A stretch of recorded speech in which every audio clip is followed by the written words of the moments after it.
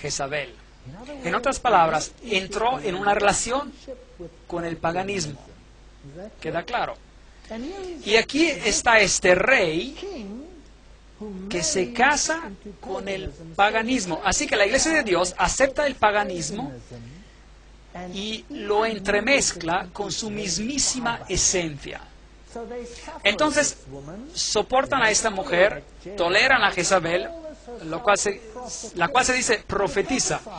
Cabe aclarar que profetizar significa predicar, pero también significa recibir visiones, y uno tiene que sacar del contexto a cuál de los dos significados se refiere. Obviamente aquí se refieren a la predicación, para enseñar y seducir a mis siervos a fornicar, para ser infieles a Dios y servir a otros dioses, y para comer cosas sacrificadas a los ídolos. Increíble. Esto es bien específico, idolatría. Y comer y beber pasa a ser parte de la idolatría. Vale aclarar que Dios siempre le advirtió a su pueblo de que no comiera lo que se sacrificaba a los ídolos. Y aquí se menciona una forma de idolatría específica. Es interesante que las deidades paganas, Baco por ejemplo, o Zeus Júpiter, o a Osiris, se les rendía culto con galletitas redondas, panes, que simbolizaban a sus cuerpos literales. ¿Fue durante esta época que eso entró en el sistema de la iglesia? Claro que sí. Yo le he dado tiempo para que se arrepienta. Dios le dio tiempo, mucho tiempo, para arrepentirse. Pero la historia triste es que no se arrepintió. Pero no quieres arrepentirte de su fornicación. Por tanto, yo la arrojo en la cama, en la gran tribulación, a los que adulteran con ella, si no se arrepienten de las obras de ella. Pero no se arrepentirán.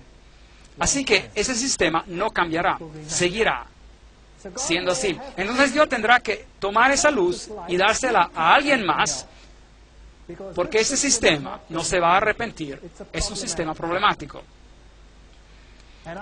A sus hijos heriré de muerte.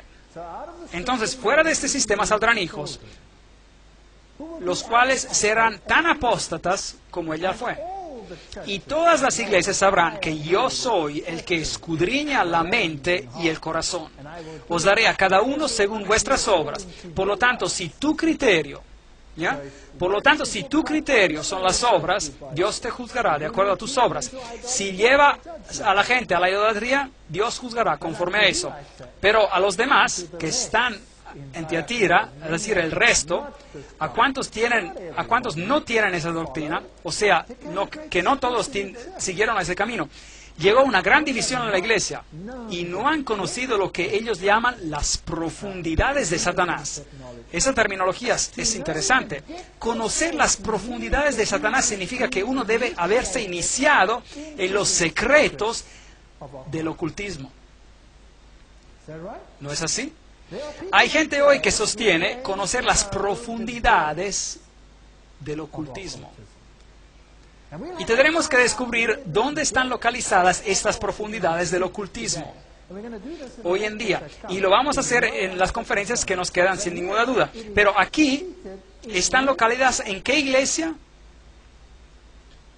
La iglesia de la Edad Media. Ella conoce las profundidades de Satanás. Increíble, eso da miedo.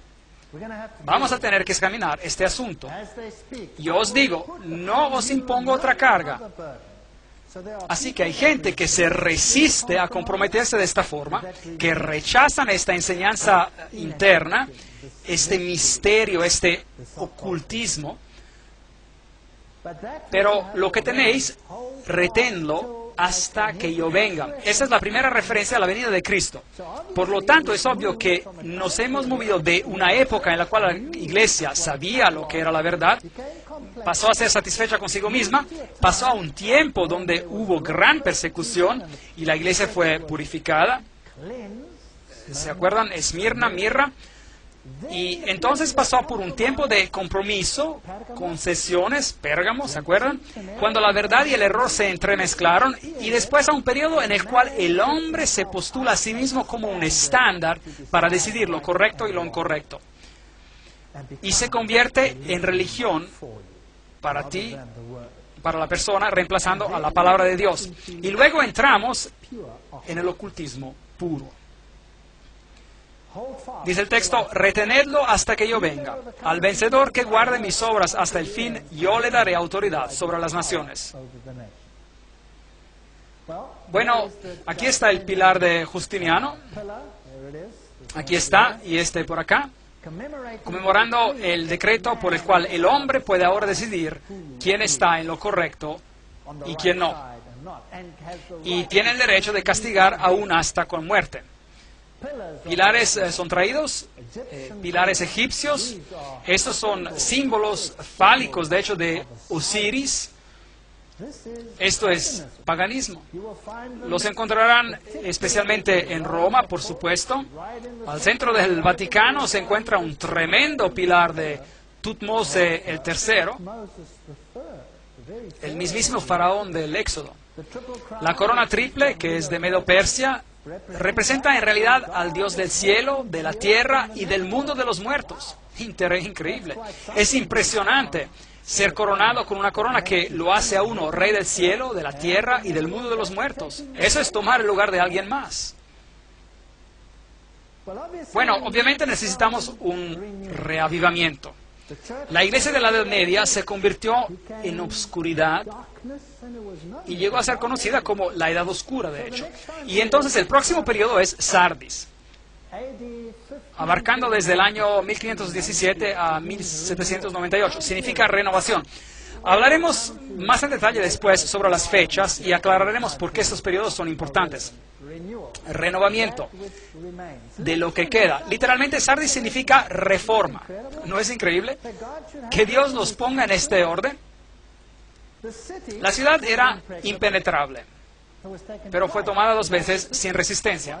Una vez por Ciro, rey de Medo-Persia, y Antíoco, rey griego, Antíoco el Grande. Leamos acerca de este periodo de reforma. Apocalipsis 3, versículo 1. Escribe al ángel de la iglesia de Sardis, el que tiene los 7 espíritus de Dios y las 7 estrellas.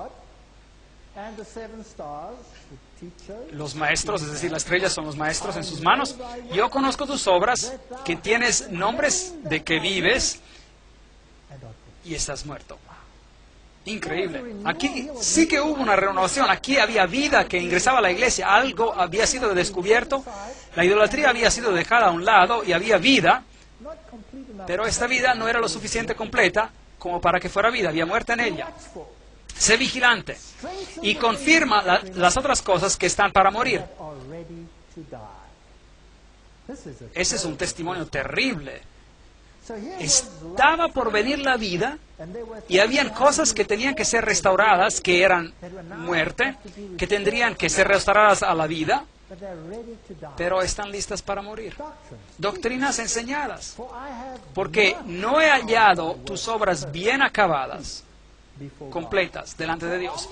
Entonces, es obvio que la Reforma, aunque le dio un nuevo aliento a la doctrina de Cristo, no produjo obras perfectas. No estaba completa. Algo hacía falta. Es muy interesante que en el Concilio de Trento, se discutió un asunto importantísimo, muy importante, y estaremos explorándolo más a fondo más adelante en las conferencias. El asunto crucial fue sola Scriptura, la Biblia y solo la Biblia como el estándar. Roma dijo no, Biblia y tradición. Y la tradición es el contexto en el cual la palabra debe de ser evaluada o interpretada. De tal manera que la tradición, el hombre, es decir, suplanta y controla los asuntos de la Biblia. Esa era la posición de Roma. Y el hombre era el que determinaba cómo debería ser leída la palabra de Dios. Así que la iglesia decide lo que es bueno y lo que es malo para uno, no la palabra de Dios. La Reforma dijo, no, es solo por sola escritura, sola gracia, salvos por gracia y por la gracia solamente, salvos por Jesucristo. Y la palabra de Dios es el estándar por el cual vivimos. Ese fue el asunto. ¿Quién ganó en el Consejo de Trento? Buena pregunta. Roma ganó. La Reforma perdió en el Consejo de Trento. Triste. Después se lo mostraré en otra conferencia. La Reforma perdió.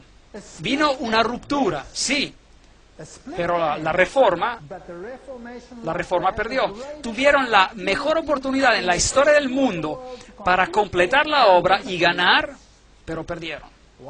¿Por qué?